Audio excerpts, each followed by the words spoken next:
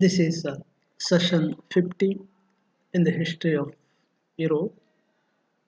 In this session, we will discuss rise of dictatorship in Italy, Nazi dictatorship in Germany, and Fascist dictatorship in Italy.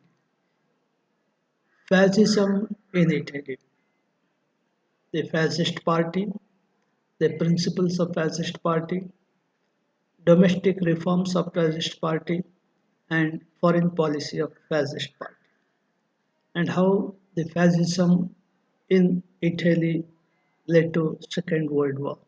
These points we will discuss in this session. ಈ ಒಂದು session ಅಲ್ಲಿ ನಾವು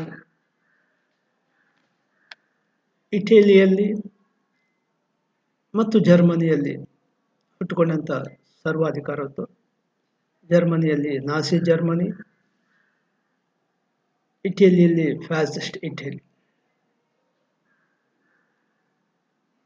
ಯಾವ ರೀತಿಯಲ್ಲಿ ಇಟಲಿಯಲ್ಲಿ ಈ ಒಂದು fascist ಸರ್ವಾಧಿಕಾರತ್ವ ಅಧಿಕಾರಕ್ಕೆ ಬಂತು, ಈ ಸರ್ವಾಧಿಕಾರತ್ವ ಅಲ್ಲಿ ಉಗಮ ಆಗಲಿಕ್ಕೆ ಅದರ ಹಿನ್ನೆಲೆ ಏನು, ಕಾರಣಗಳೇನು, ಮತ್ತು ಈ ಸರ್ವಾಧಿಕಾರತ್ವ ಸರ್ಕಾರ ಏನಿದೆ, ಫ್ಯಾಸಿಸ್ಟ್ ಗವರ್ಮೆಂಟ್ ಏನಿದೆ, ಆ ಫ್ಯಾಸಿಸ್ಟ್ ಸರ್ಕಾರದ ಕಾರ್ಯಸೂಚಿಗಳೇನು,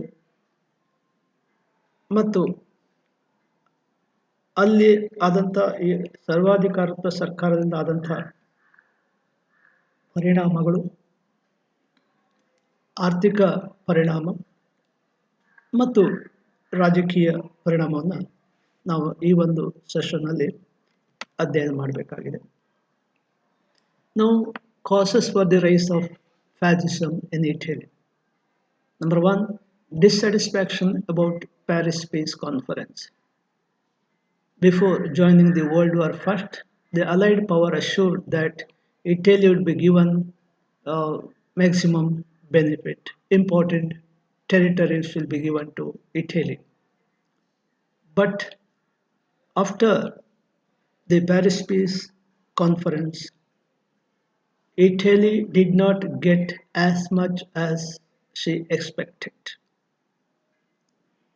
So Italy was disappointed with the Paris Peace Conference. The second important factor was deplorable economic condition. During the World War I and 1929-30, the Great Depression that badly affected Italy. There was economic crisis in Italy, industries, trade and commerce, and agriculture suffered a lot, and unemployment increased in Italy. And the democratic government in Italy failed to control this situation. They failed to provide employment. They failed to provide the safety to trade and commerce. They could not provide or they could not protect the industries. These were the factors for the rise of Nazism in Germany and also fascism in Italy. Then, propaganda of socialism. When democratic government in Italy failed to solve the economic crisis, socialism, which slowly spread to Europe, it spread to Italy as well as to Germany. Now the Italian leadership wanted to stop the spread of socialism into Italy. Then other factors like leadership of Mussolini. Benito Mussolini, who provided leadership to Italy when it was deep in economic crisis. The ability of Mussolini to save Italy from menace of socialism and the great economic depression that led to rise of fascism in Italy. ಈ ರೀತಿಯಾಗಿ ಇಟಲಿಯಲ್ಲಿ ಈ fascist ಸರ್ವಾಧಿಕಾರತ್ವದ ಉಗಮಕ್ಕೆ ಅನೇಕ ಕಾರಣಗಳನ್ನು ನಾವು ಚರ್ಚಿಸ್ಬೋದು. ಭಾಳ ಮುಖ್ಯವಾಗಿ Paris piece conference, Paris ಶಾಂತಿ ಸಮ್ಮೇಳನದಲ್ಲಿ ನಡೆದಂಥ ಒಂದು ಬೆಳವಣಿಗೆ, ಯುದ್ಧದಕ್ಕಿಂತ ಮೊದಲು ಅಥವಾ ಈವನ್ ಪ್ಯಾರಿಸ್ ಪೀಸ್ ಕಾನ್ಫರೆನ್ಸ್ನ ಪ್ರಾರಂಭದಲ್ಲಿ ಅಲೈಡ್ ಪವರ್ಗಳು ಇಟಲಿಗೆ ಸಾಕಷ್ಟು ಪ್ರಾಮಿಸ್ಗಳನ್ನು ಮಾಡಿದರು. ಆದರೆ ಪ್ಯಾರಿಸ್ ಶಾಂತಿ ಸಮ್ಮೇಳನದಲ್ಲಿ ಇಟಲಿ ಏನನ್ನು ಸಿಗ್ಬೋದು ಅನ್ನುವಂಥ ಒಂದು ಎಕ್ಸ್ಪೆಕ್ಟೇಷನಲ್ಲಿತ್ತು, ಅದು ಇಟಲಿಗೆ ಸಿಗಲಿಲ್ಲ. ಹಾಗಾಗಿ ಪ್ಯಾರಿಸ್ ಪೀಸ್ ಕಾನ್ಫರೆನ್ಸಲ್ಲಿ ಇಟಲಿಗೆ ನಿರಾಶೆ ಆಯಿತು.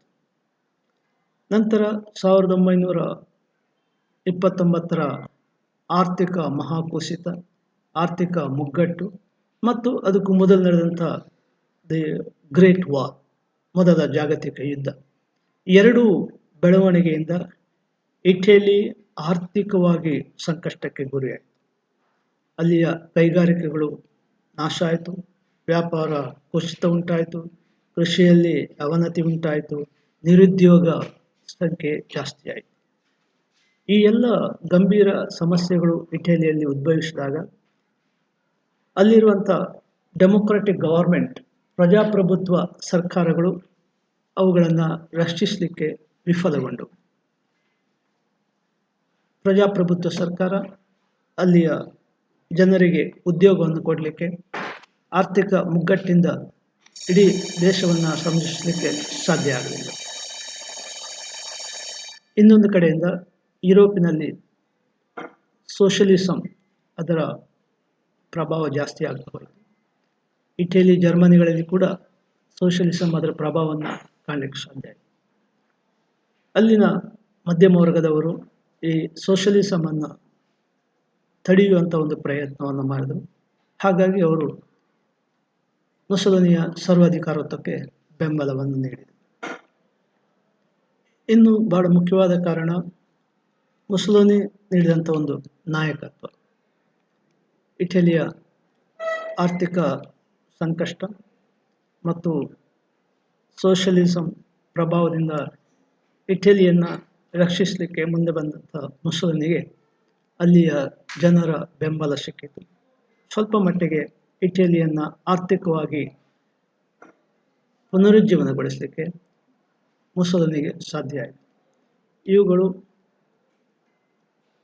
ಇಟಲಿಯಲ್ಲಿ ಉದ್ಭವಿಸಿದಂಥ ಸರ್ವಾಧಿಕಾರತ್ವದ ಬೆಳವಣಿಗೆ ಕಾರಣವಾದ ಅಂಶಗಳು. Now, basic principles of socialism. So, fascism advocated extreme nationalism. Fascism believes that state was more important than individuals. Fascists believe in one-party rule and one-party state, and it was not a democratic government. In order to build a strong state, Mussolini strengthened military forces. Fascists violently treated their opponents and critics. Mussolini introduced so many domestic policies in Italy that helped in the development of Italy. Establishment of strong government, economic development, agricultural development, industrial development, control over education, and agreement with the religious leader, Pope, were the important domestic policy of Mussolini. Coming to the foreign policy, main aim of the fascist foreign policy was to re-establish the glory and prestige of Italy in the international level. Establishment of a vast empire was another aim of fascist government. To strengthen the position of Italy in the Mediterranean Sea was also another aim of the foreign policy of Mussolini. Mussolini, by his Italian troop, entered Ethiopia in 1935. Mussolini joined anti-Comintern pact with Germany and Japan in 1937. In 1939, Italian troops suddenly occupied Albania. In 1939 September, World War II broke out and Mussolini joined hands with Italy. ಈ ರೀತಿಯಾಗಿ ಇಟಲಿಯಲ್ಲಿ ಸರ್ವಾಧಿಕಾರತ್ವ ಅಧಿಕಾರಕ್ಕೆ ಬಂತು. ಇಟಲಿಯ ಸರ್ವಾಧಿಕಾರತ್ವದ ಮುಖ್ಯವಾದ ಲಕ್ಷಣಗಳೆಂದರೆ ಅವರು ಅತಿಯಾದ ರಾಷ್ಟ್ರೀಯತೆಯನ್ನು ಪ್ರಚಾರ ಮಾಡಿ ಫ್ಯಾಸಿಸ್ಟ್ ಸಿದ್ಧಾಂತದ ಪ್ರಕಾರ ವ್ಯಕ್ತಿಗಿಂತ ದೇಶ ಮುಖ್ಯವಾಗ್ತದೆ. ಒಂದು ಪಾರ್ಟಿ ಇರುವುದು, ಏಕಪಕ್ಷದ ಆಡಳಿತ ಈ ಒಂದು ಫ್ಯಾಸಿಸ್ಟ್ ಸಿದ್ಧಾಂತದ ಪ್ರಮುಖ ಲಕ್ಷಣ ಆಗಿದೆ ಮತ್ತು ಅದು ಪ್ರಜಾಪ್ರಭುತ್ವ ಸರ್ಕಾರದ ವಿರೋಧಿಯಾಗಿತ್ತು. ಒಂದು ಬಲಿಷ್ಠ ಇಟಲಿಯನ್ನು ಕಟ್ಟಲಿಕ್ಕೆ ಒಂದು ಬಲಿಷ್ಠವಾದ ಮಿಲಿಟರಿ ಬೇಕು ಅನ್ನುವಂಥ ಒಂದು ಸಿದ್ಧಾಂತವನ್ನು ಫ್ಯಾಸಿಸ್ಟ್ ಪಾರ್ಟಿಯವರು ಮುಂದಿಟ್ಟರು. ವಿರೋಧಿಗಳನ್ನು ನಿರ್ದಯವಾಗಿ ಸದೆಬಡಿಯುವಂಥ ಒಂದು ಕೆಲಸವನ್ನು ಫ್ಯಾಸಿಸ್ಟ್ ಪಾರ್ಟಿ ಮಾಡಿತು. ಈ ರೀತಿಯಾಗಿ ಇಟಲಿಯಲ್ಲಿ ಅನೇಕ ಆಂತರಿಕ ಮತ್ತು ವಿದೇಶಿ ಧೋರಣೆಗಳನ್ನು ಸುಧಾರಣೆಗಳನ್ನು domestic policy and foreign policy Mussolini ಜಾರಿಗೆ ತಂದ. ಇನ್ನು ಆಂತರಿಕ ಸುಧಾರಣೆಗಳನ್ನು ಗಮನಿಸಿದರೆ ಒಂದು ಬಲಿಷ್ಠ ಕೇಂದ್ರೀಕೃತವಾದಂಥ ಒಂದು ಸರ್ಕಾರದ ರಚನೆ, ಅಂಥ ಒಂದು ಬಲಿಷ್ಠ ಸರ್ಕಾರದಿಂದ ಆರ್ಥಿಕ ಬೆಳವಣಿಗೆ, ಕೈಗಾರಿಕಾ ಬೆಳವಣಿಗೆ, ಕೃಷಿ ಬೆಳವಣಿಗೆ ಮತ್ತು ವ್ಯಾಪಾರದ ಬೆಳವಣಿಗೆ. ಇಡೀ ಶಿಕ್ಷಣ ವ್ಯವಸ್ಥೆಯನ್ನು ಮುಸೊಲಿನಿ ತನ್ನ ನಿಯಂತ್ರಣದಲ್ಲಿ ಇಟ್ಟುಕೊಂಡು ಮುಸೊಲಿನಿ ತನ್ನ ಫ್ಯಾಸಿಸ್ಟ್ ಸಿದ್ಧಾಂತದ ವನ್ನು ಪಠ್ಯದಲ್ಲಿ ತರುವ ಮೂಲಕ ಶಿಕ್ಷಣ ವ್ಯವಸ್ಥೆಯನ್ನು ನಿಯಂತ್ರಿಸಿದರು. ಧಾರ್ಮಿಕ ವಿಚಾರವಾಗಿ ಪೋಪ್ ಅವರೊಂದಿಗೆ ಒಂದು ಒಪ್ಪಂದವನ್ನು ಮಾಡಿಕೊಂಡು ಧಾರ್ಮಿಕ ವಿಚಾರಗಳನ್ನು ಕೂಡ ನಿಯಂತ್ರಿಸುವಂಥ ಒಂದು ಪ್ರಯತ್ನವನ್ನು ಮುಸೊಲಿನಿ ಮಾಡಿರುವುದು ನಮಗೆ ಕಾಣ್ತದೆ. ಇನ್ನು ವಿದೇಶಾಂಗ ನೀತಿಯಲ್ಲಿ ಫ್ಯಾಸಿಸ್ಟ್ ಸರ್ಕಾರದ ವಿದೇಶಾಂಗ ನೀತಿಯ ಮುಖ್ಯ ಉದ್ದೇಶ ದೇಶೀಯವಾಗಿ ಮತ್ತು ಅಂತಾರಾಷ್ಟ್ರೀಯ ಮಟ್ಟದಲ್ಲಿ ಇಟಲಿಯ ಒಂದು ಗೌರವವನ್ನು ಹೆಚ್ಚಿಸುವಂಥದ್ದು, ಒಂದು ಬಲಿಷ್ಠ ಸಾಮ್ರಾಜ್ಯವನ್ನು ನಿರ್ಮಾಣ ಮಾಡುವಂಥದ್ದು, ಮೆಡಿಟರೇನಿಯನ್ ಸಮುದ್ರ ಮೇಲೆ ತನ್ನ ಹತೋಟಿಯನ್ನು ಸ್ಥಾಪನೆ ಮಾಡುವಂಥದ್ದು, ಇದು ಅವರ ವಿದೇಶಾಂಗ ನೀತಿಯ ಮುಖ್ಯ ಉದ್ದೇಶ ಆಗಿತ್ತು. ಹಾಗಾಗಿ 1935ರಲ್ಲಿ ಮುಸೊಲಿನಿಯ ಸೈನಿಕರು ಇಥಿಯೋಪಿಯಾದ ಮೇಲೆ ತಮ್ಮ ದಾಳಿಯನ್ನು ಮಾಡಿದರು.